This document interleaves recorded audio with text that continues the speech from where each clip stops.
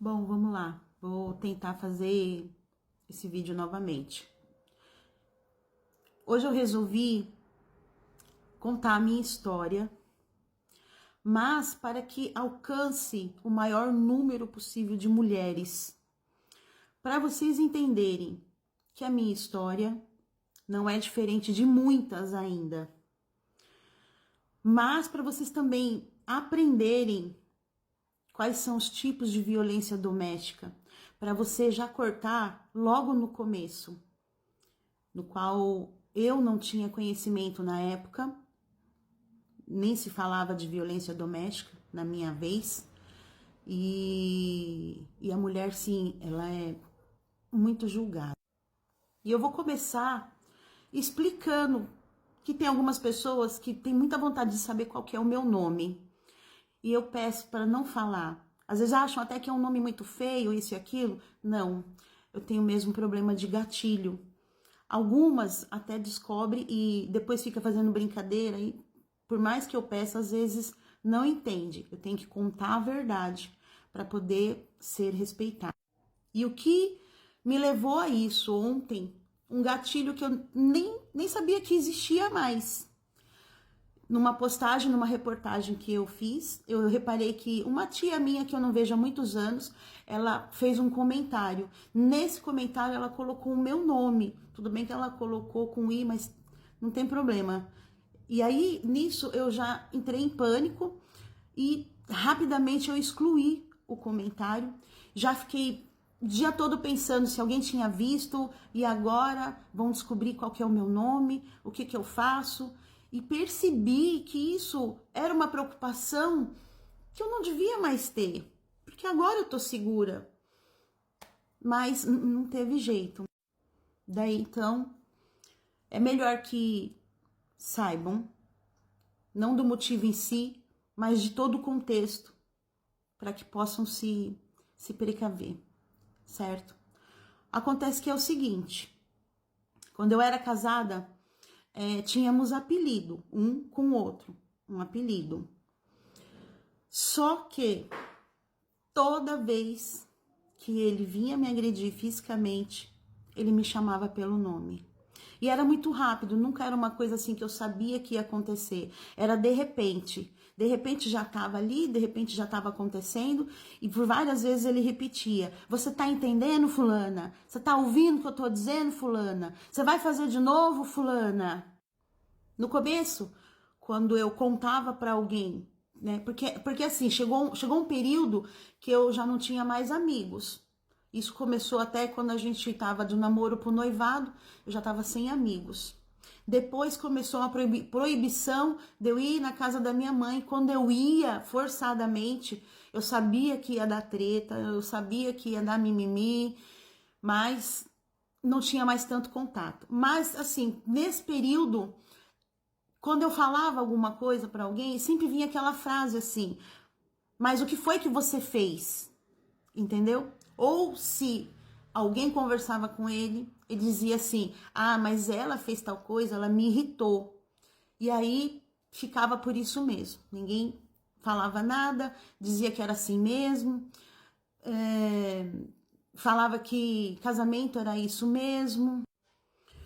Hoje em dia, alguns gatilhos assim eu já desarmei. Por exemplo, uma vez eu fui servir para ele uma xícara de café com leite, porque ele sempre tomava quando chegava do trabalho, e assim, tava muito quente, mas foi uma coisa assim muito rápida, né? Tá muito quente isso daqui, você tá achando que eu sou o quê? E jogou a caneca no meu rosto, entendeu? Me queimou, tal, quebrou, etc e tal. E aí, assim, eu não podia chorar, não podia reclamar, tudo virava uma briga. Uma outra vez foi ele tomando banho e disse que estava chamando. De repente ele saiu do banheiro e falou: caramba, vocês não estão me ouvindo, tal, não sei o que, essa televisão tá alta. E pegou o controle. No que ele pegou o controle, ele jogou na minha direção. Eu me abaixei, pegou de raspão, só que espatifou na parede. E os estilhaços machucou a mim e, no caso, a minha filha, que era pequena. E, infelizmente, ela se lembra disso. Mas na época ela tinha 3 anos. Uma outra vez foi a gente num pequeno comboio, né, do bairro onde a gente morava, até a padaria do Zé do Pão, a gente estava indo no nosso primeiro motoclube, e de repente, assim, tipo, meu capacete batia assim no dele, e aí deu a louca e começou a bater assim com o capacete para trás, capacete assim, falando alguma coisa, e aí eu caí na infelicidade de chamar ele de ignorante. E aí por 3 vezes ele falou o meu nome, dizendo ignorante, ignorante, ignorante. Eu tomei 3 cotoveladas bem forte na área do abdômen. E no dia seguinte, quando eu mostrei para ele, quando ele chegou do trabalho, que tava roxo, ele falou: a culpa é sua, você não sabe ser garupa? Daquela piada que eu fiz sobre o Dia dos Namorados e o negócio lá do BK, realmente perguntaram pra mim, né? Mas se você foi tanto traída assim, por que você nunca abandonou? Sim, algumas vezes houve separação. Acho que a gente se separou por 3 vezes. Mas, gente, a mulher não tem apoio, sabe? Já chegou o período assim de passar fome, de falar que eu vou atrás dos direitos, aí vinha assim, parece que, né, juntava todo mundo para falar: "Não, calma, não sei o quê, tá difícil para ele, né? Vai melhorar, ele vai te ajudar", etc e tal. Não acontecia não, mas acabava voltando. Algumas vezes falavam assim: "Mas você é boca dura, você não é tão santa assim, né?" Mas, gente, ó, a primeira vez que eu fui traída, eu fiquei muito transtornada e eu comecei a brigar, falar umas coisas para ele. Ele me bateu tanto, tanto, tanto, que eu cheguei a ficar desmaiada na sala. Quando eu acordei, eu falei que ia chamar a polícia. Acabei ligando para os parentes dele, não chamei a polícia.